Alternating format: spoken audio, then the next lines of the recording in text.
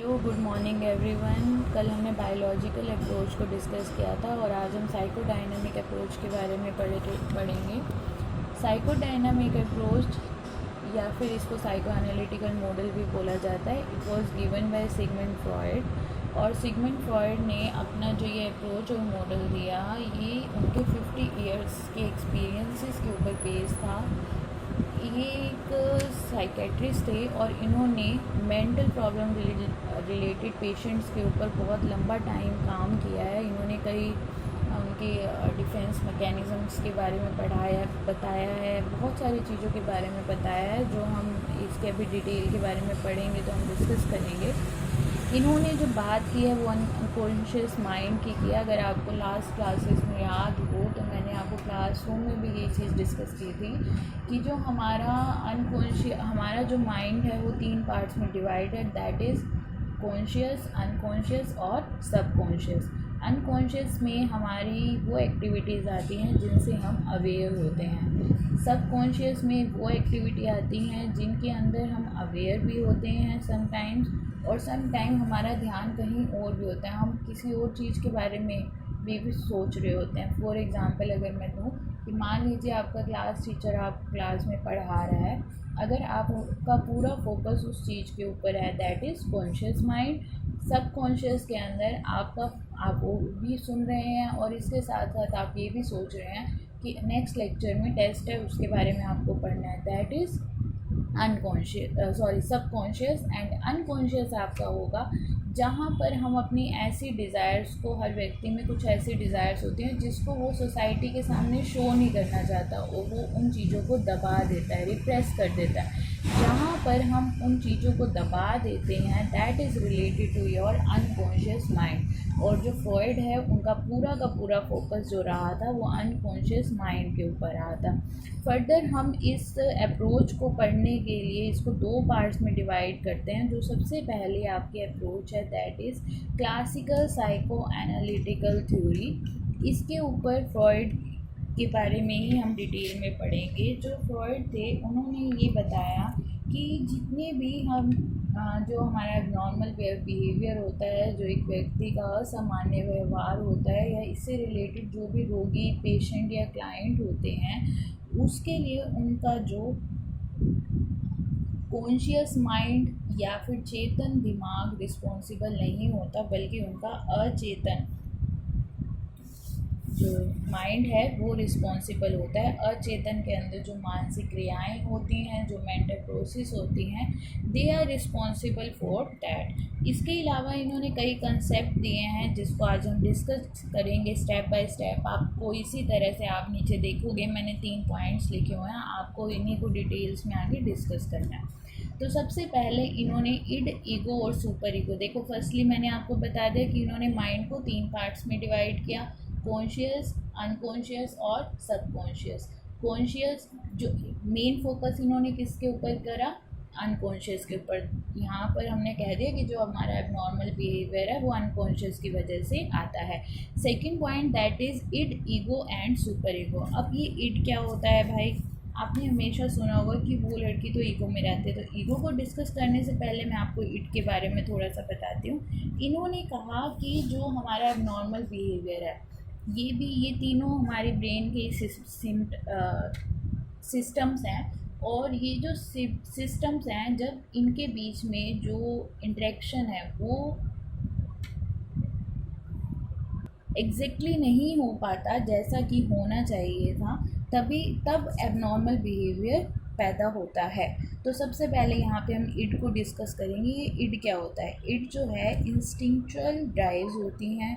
हिंदी में अगर मैं बताऊँ तो ये मूल प्रवृत्तियाँ होती हैं और ये जन्मजात होती हैं, जो एक बच्चे में शुरू से ही होती हैं। फाइन। और इसके अंदर जो ये मूल प्रवृत्तियाँ हैं, यहाँ पे मैंने डिफ़ाइन किया है, इड के अंदर 2 तरह की मूल प्रवृत्तियाँ होती हैं, 2 तरह की इंस्टिंक्ट्स होती हैं। आपको बहुत ज़्यादा डिटेल में नहीं करना। देखिए यहाँ पर हमने डिस्कस किया है 2 तरह की आपकी मूल प्रवृत्तियाँ होती हैं। सबसे पहली होती है लाइफ, या फिर आप इसको जीवन मूल प्रवृत्ति या फिर लाइफ इंस्टिंक्ट बोल सकते हैं। और सेकंड आपके होते हैं डेथ इंस्टिंक्ट।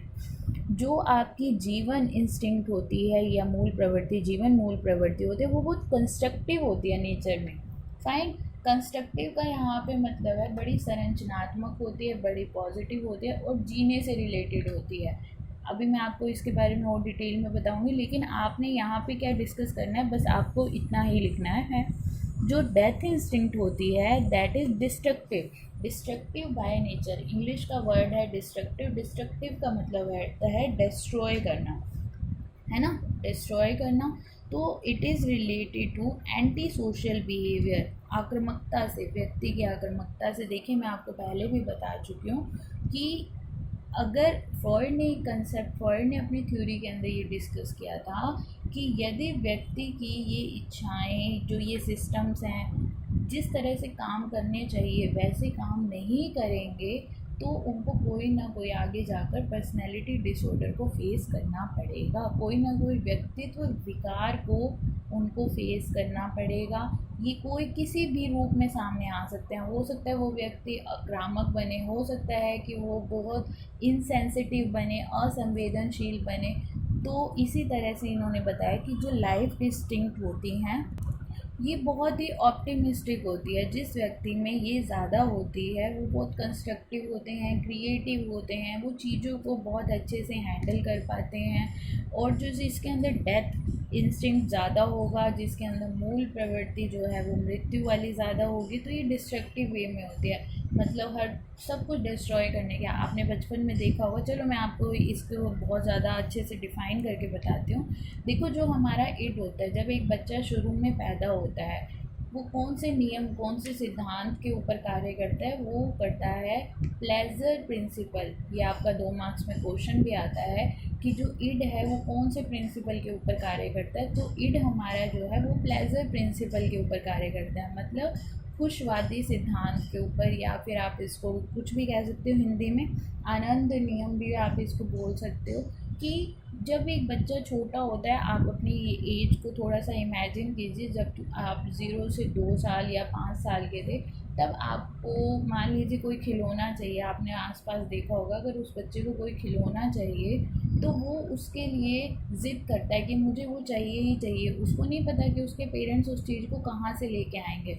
अगर उसको वो खिलौना मिल जाता है तो वो सेटिस्फाइड हो जाता है, उसका जो बिहेवियर है वो सबके साथ अच्छा हो जाता है। लेकिन अगर उसकी वो डिमांड पूरी नहीं होती तो वो बड़ा ही गुस्से में बिहेव करता है। तो जो हमारा इड होता है इस एज के लिए रिस्पॉन्सिबल होता है। उस टाइम पे जब एक बच्चा छोटा होता है तो उसका जो 3 सब सिस्टम में से जो इड है वो हायर लेवल पे होता है, पीक लेवल पे होता है। उसे चीज़ों को समझने से मतलब नहीं होता, उसे जस्ट अपनी डिमांड पूरी करने से मतलब होता है कि मेरी ये इच्छा पूरी होनी चाहिए।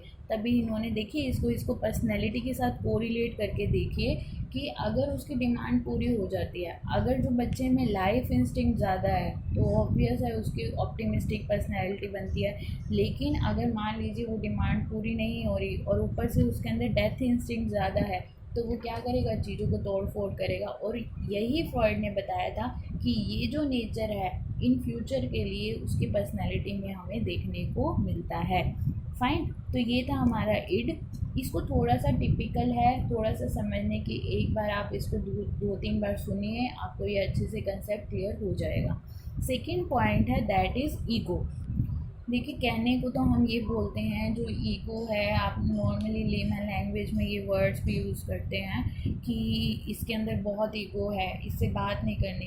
लेकिन एक्चुअल में ईगो का मतलब वो नहीं होता। Ego is based on reality principle. जिस तरह से आपका जो इड होता है वो प्लेजर प्रिंसिपल के ऊपर है, और जो आपका सेकंड है that is ego. Ego is based on realistic principle. यहाँ पर मान लीजिए मैंने अभी आपको एक एग्जांपल दिया था कि वो बच्चा खिलौने की ज़िद करता है। अब ये एक स्टेज के बाद शुरू हो जाता है, मान लीजिए कि 2 साल के बाद हो रहा है, 8 महीने के बाद हो रहा है एक बच्चे के अंदर। 2 साल के बाद उस बच्चे को ये समझ में आ जाता है कि मुझे अब मैं को पेरेंट्स खिलौना नहीं ला के दे सकते, उनकी फाइनेंशियल कंडीशन ठीक नहीं है। वो चीज़ों को एक्सेप्ट करना सीखना शुरू कर देता है। फाइन। तो ये जो ईगो है ये आपका सेकेंडरी प्रोसेस होता है, रियलिटी प्रिंसिपल के ऊपर बेस्ड होता है। अब जो थर्ड पॉइंट है that is super ego. Super ego को हम हिंदी में प्राहम भी बोलते हैं, और ये व्यक्तित्व के अंदर, पर्सनैलिटी के अंदर बहुत ही इम्पोर्टेंट रोल प्ले करता है।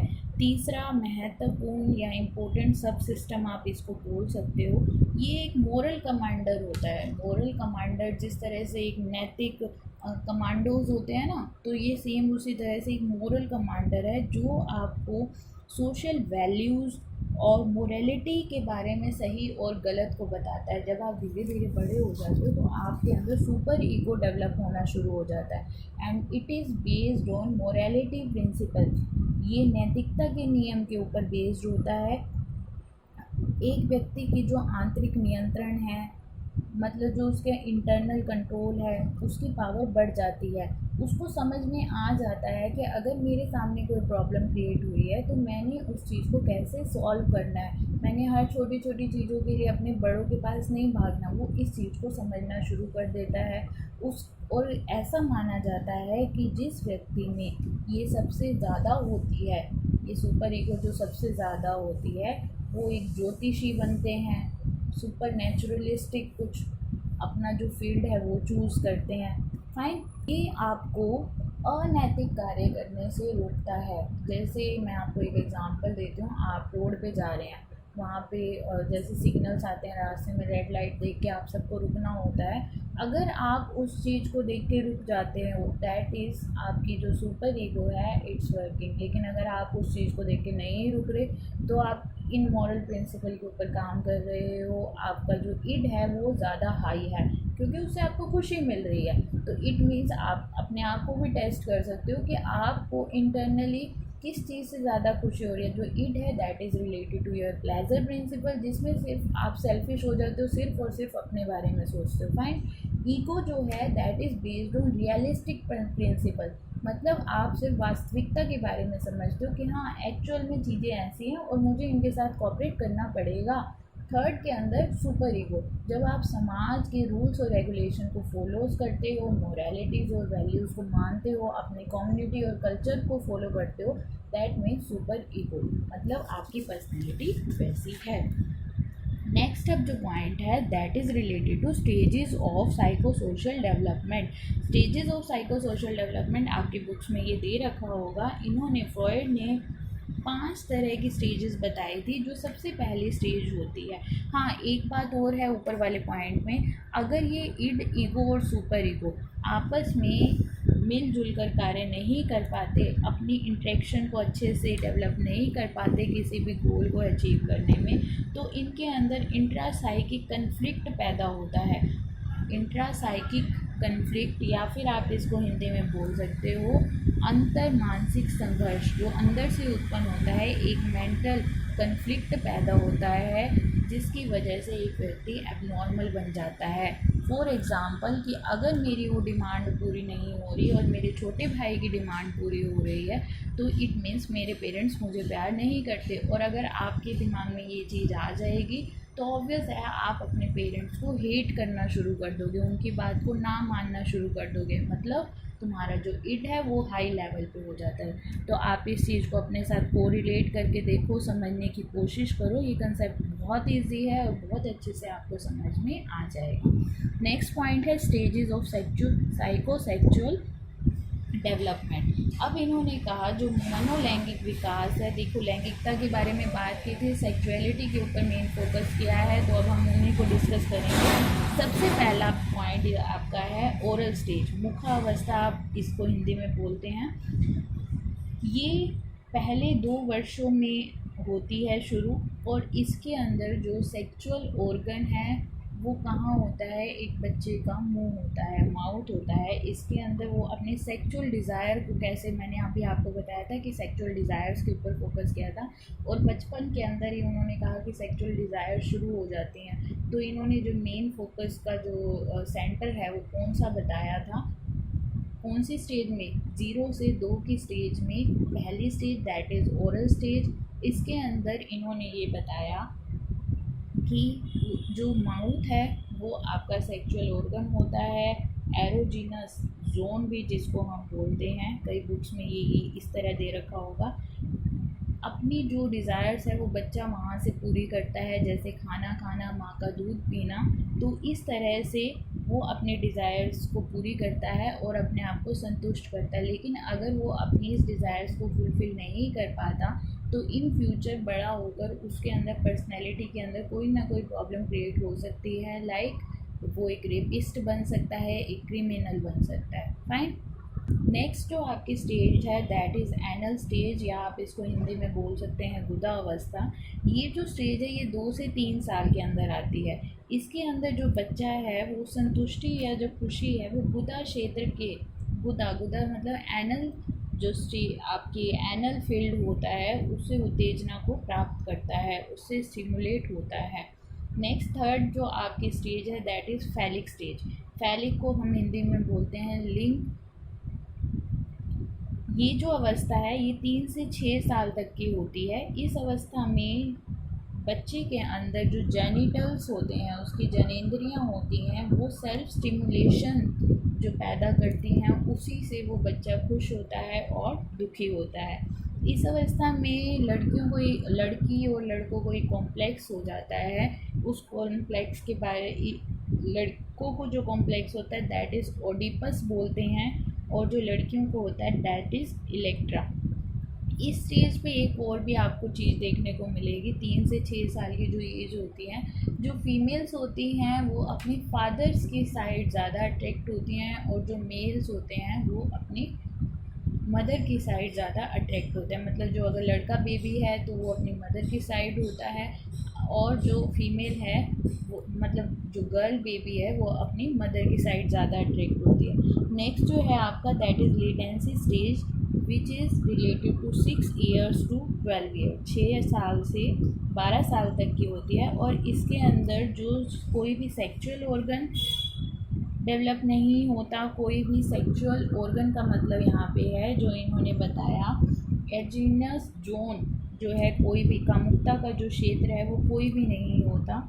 इसमें इस चीज़ों में थोड़ी सी कमी आ जाती है, मतलब वो इन चीज़ों की साइड थोड़ा कम देखते हैं कि मैं लड़का हूँ या लड़की हूँ, बल्कि वो अपने नए कौशलों को, नए स्किल्स को डेवलप करने के अंदर लग जाते हैं। लास्ट स्टेज जो है आपकी that is related to genital stage. ये जो अवस्था होती है ये 13 साल से ये शुरू हो जाती है और लाइफ टाइम चलती रहती है। इसके अंदर हेट्रोसेक्सुअल रिलेशनशिप, आपको पता होगा इस चीज़ के बारे में, तो यू आर ऑल्सो एडोलसेंस। तो इसमें आपको ये पता होगा कि जो लड़कियां हैं वो बॉयज़ की साइड, वो अपना एक अपोजिट जेंडर की साइड ज़्यादा अट्रैक्ट होते हैं। बच्चे जो इस एज में बच्चे हैं आपस में एक दूसरे के साथ खेलना ज़्यादा पसंद करते हैं। तो that is related to your stages of psychosexual development. आप लोग बुक में से इसको अच्छे से रीड करना, आपको ये कंसेप्ट बहुत अच्छे से क्लियर हो जाएगा। और कल हम बात करेंगे anxiety defence mechanism and unconscious mind.